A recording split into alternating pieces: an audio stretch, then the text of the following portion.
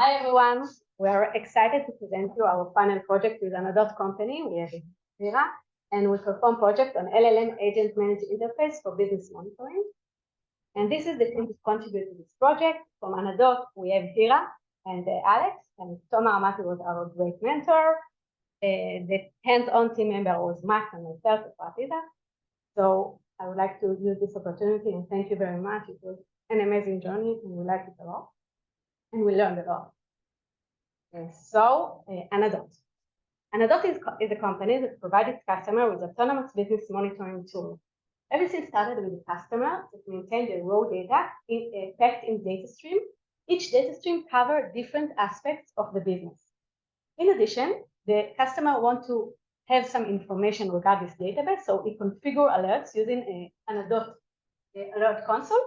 And together, the Anodot AI business monitoring tool use those alert configuration with the data stream in order to monitor and track the data in real time. And then when event occurs, it puts some alert to the user.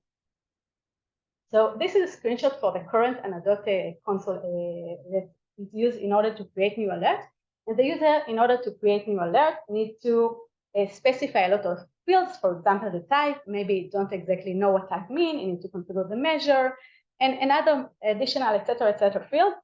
And the problem is that this is quite complicated user interface, mainly for new users. And there are also the problem of lack of familiarity with data. So typically, the individual that insert the data stream are not the same as the ones that configure the alerts. And that causes naming confusion because the one that configure the alert don't know the exact data stream you needed to use or the exact how to write the measure and data stream, etc. So our solution, and this is actually the main goal of this project, is to simplify the user experience by leveraging the power of LLMs in order to create some agents. And let's see an example use case, and we will use this example through all the presentation in order to highlight some aspect of the project. So another typical user can be a retail store manager, and he might need something. For example, you want to be alerted every time food profit in Texas drops. So in this example, data stream number 6 contains all relevant information, sales data in South, and we can see it covers many measures, but one of them is profit.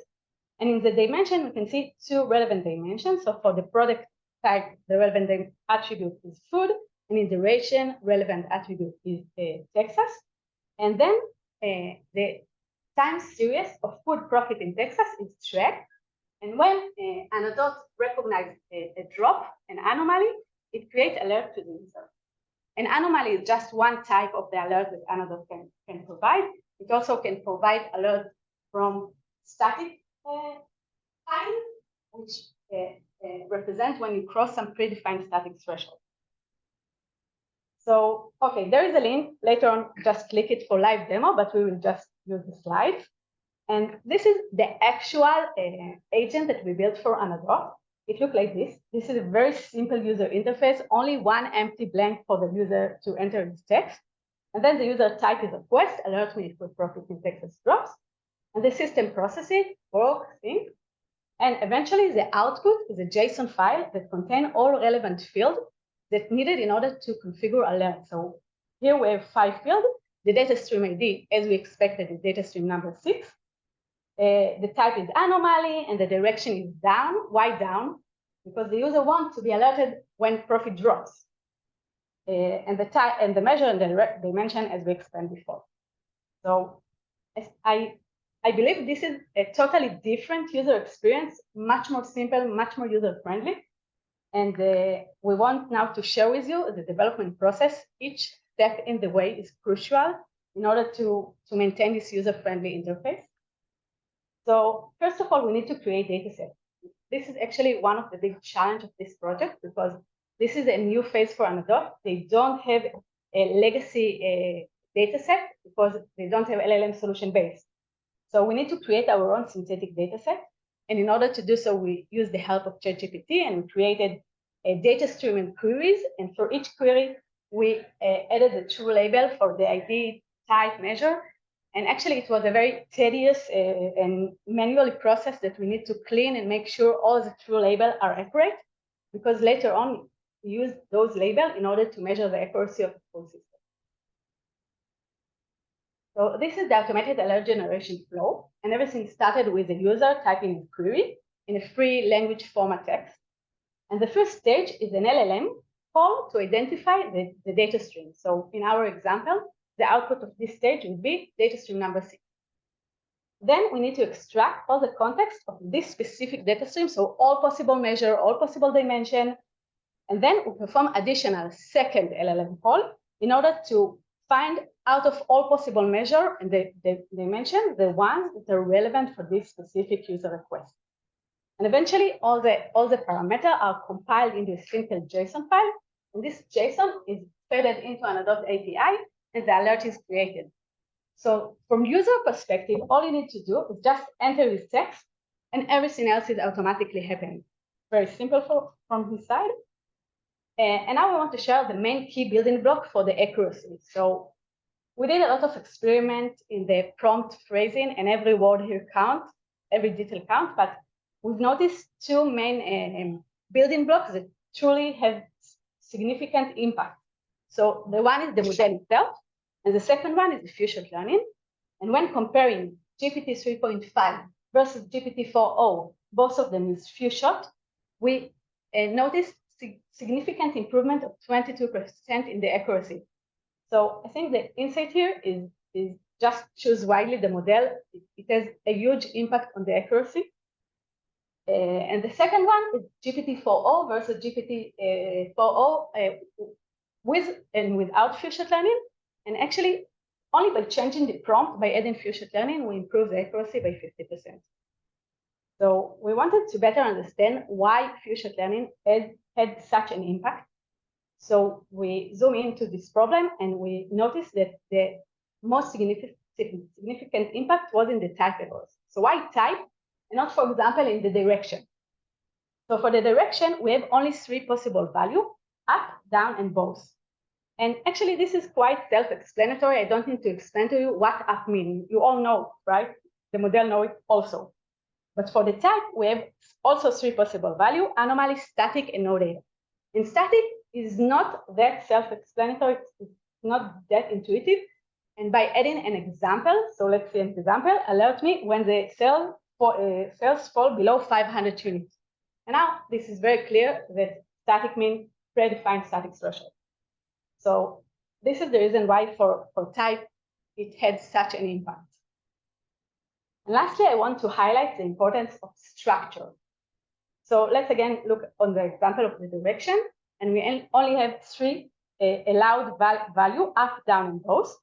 But we've noticed that sometimes the model outputs synonym like elevate, increase, raise, and even though it means the same as up, it actually counts as error because the Anodot API doesn't recognize it as valid. So we had to force some structure on the output, and in order to do so, we use Pydantic, which is a software tool, and we use it both for the input to improve the prompt, and in the output to perform validation of the output and maintain stable output format. So, okay, I have time. We talked about the LLM and the Pydantic. We also use a LangChain that help simplify the process of calling and handling LLM by chaining up the prompt, the LLM, and the output parser. And we use LangSmith in order to enable a monitor our execution in real time, the latency, the actual prompt that we use. And actually, we miss here. We also use okay, never mind, we forgot. So eventually, after implementing everything, we achieve milestone number 1, and for the basic data set, we achieve 96% accuracy, which is, we believe, very impressive. And then it's actually the finish of phase of milestone number 1. We continue to milestone number 2, which is we perform error analysis to better understand what are the remaining 4% error, and we notice that all of them have in common some ambiguity, and Max will talk about it. Okay, milestone number 2, ambiguity. So as Efrat said, we did the error analysis and we found out that our accuracy of 96% is not actually 96%. And what is the ambiguous query? Ambiguous query is the query that has more than one correct answer. And like in our example, user wants to create an alert when profit from food sales in Texas drops, but he actually asks, alert me if profit from food sales drops in my region, without mentioning the Texas. And what is the source of ambiguity? The source is overlapping data streams. As you can see, user doesn't know about another data stream having the same measures, same dimensions, and maybe he is only manager for the South region, and that's why he didn't mention the Texas. And in order to solve the ambiguity challenge, we created additional hard-to-solve dataset. We added data streams having overlapping and repetitions. And we wrote some additional ambiguous queries. And we measured the performance of our initial solution on this dataset. And we got only 71% of accuracy. So how are we going to solve it? We discussed the problem with Anodot in terms of user experience. And we decided not to bother user on every step, like what do you think, what is the correct data stream for your query. And we decided to present all predictions to the user and let him to decide which one is relevant for his query. So as you can see, this is the updated flow. We are doing the first call. We are detecting the data stream, and in case of ambiguity, we can extract two possible data streams. And then for each data stream, we are doing the second LLM call. We are extracting all possible parameters, and then we are presenting them to the user, and we're asking him what you're going to choose, what is the relevant alert configuration for your query. And then the JSON file is passed to API. In order to achieve this, we made some prompt improvements. So we added to the prompt several sentences, like if the query is ambiguous and it is not clear what value to choose, return to most relevant options. And for each value, return the estimated probability score between 0 and 100. The sum of scores must be equal to 100. And together with score, return reasoning explanation. It appeared that the reasoning helped a lot to ChatGPT to be more relevant in the answer. So this is how our app looks like in case of ambiguity. As you can see, a user enters the ambiguous query about sales drops in my region. And in this case, we are presenting to the user two possible configurations. We added a relevancy score based on the score that they asked from ChatGPT. And here are two possible alert configurations, and from them, user can select the proper one. In our case, it's sales data south. But solving the ambiguity for the dimensions, we met another problem. Like if we took, for example, alert if order delivery time from Minnesota exceeds expected values, and in the dimensions of this data stream, we have two very similar dimensions, warehouse location and supply location.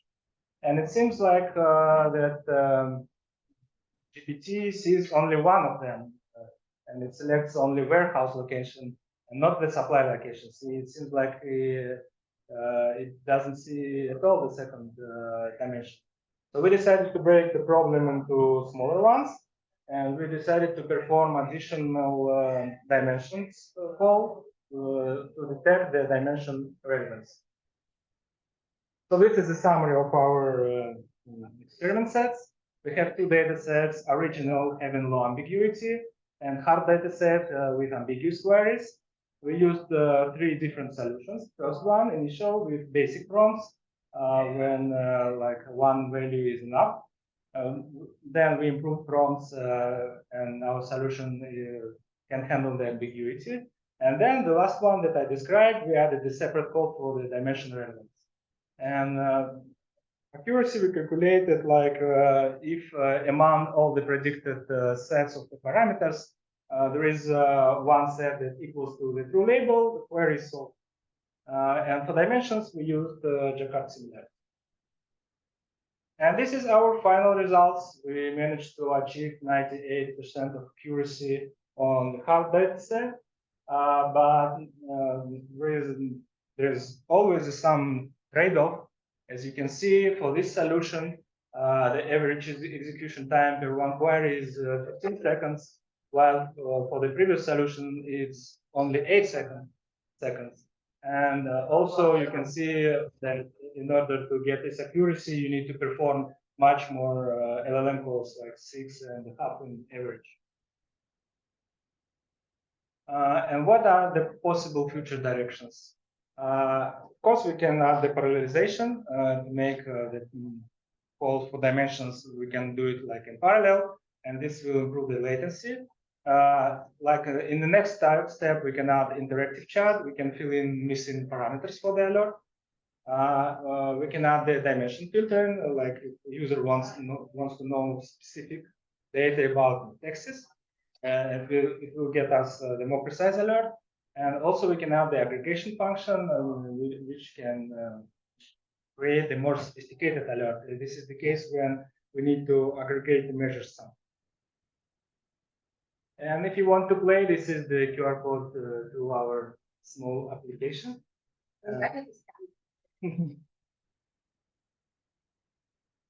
There are some examples of data streams, and you can ask the questions about this data stream.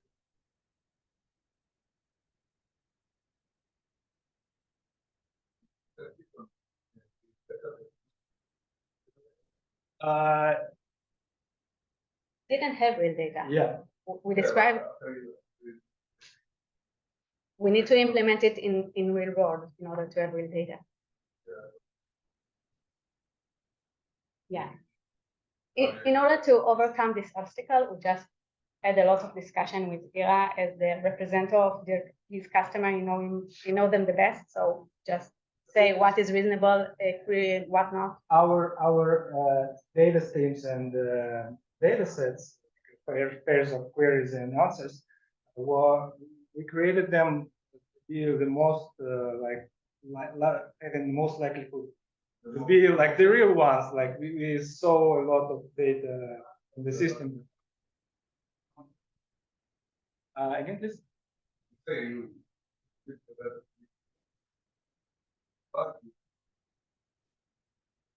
Yeah. This is an obstacle. This is an obstacle. This is a new phase, innovative phase. And actually, it was a research, like it was a proof of concept research. Now, we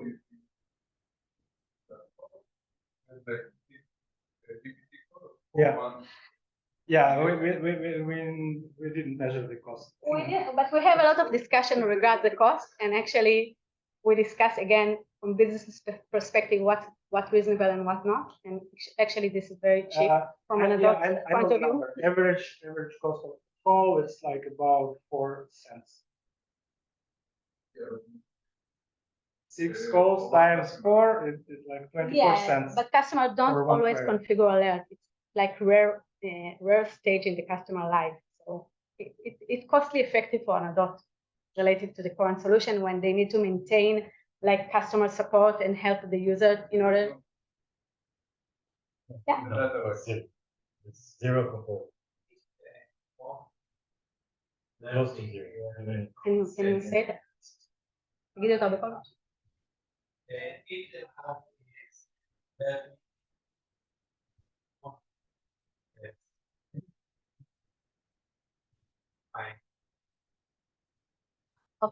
Okay, we didn't mention it specifically. Maybe I will go back to the presentation. I don't know. No, okay. I understand your question. We start. Okay, so let's go back. Actually, Anodot have two different tools. This is the tool that are algorithm needed to perform the what drops mean, and we didn't touch this tool. We replace this tool, the configuration, the alert configuration.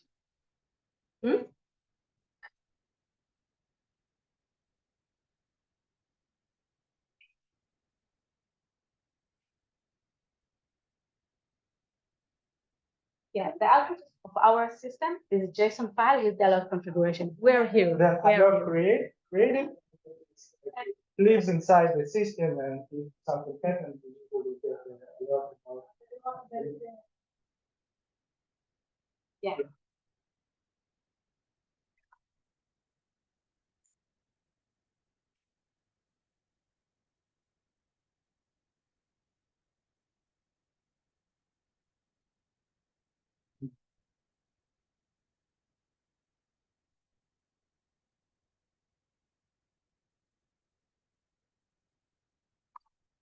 Yeah.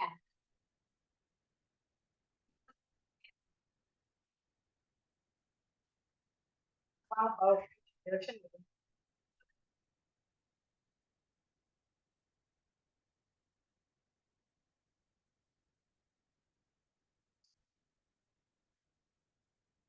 Okay, one of our You mean border cases? no, like I want to order some pizza. Okay, as a like business decision, we decided not to handle. I want to order pizza query. Okay, we assume this is not for. Okay, so how we handle it, we just limited the number of possible outputs we want to bring back to the user to the most four probable, right? Yeah. Most four probable one.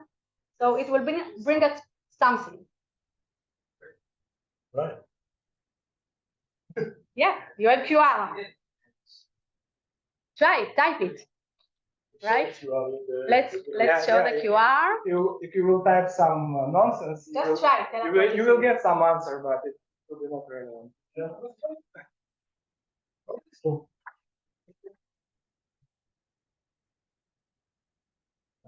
Picture.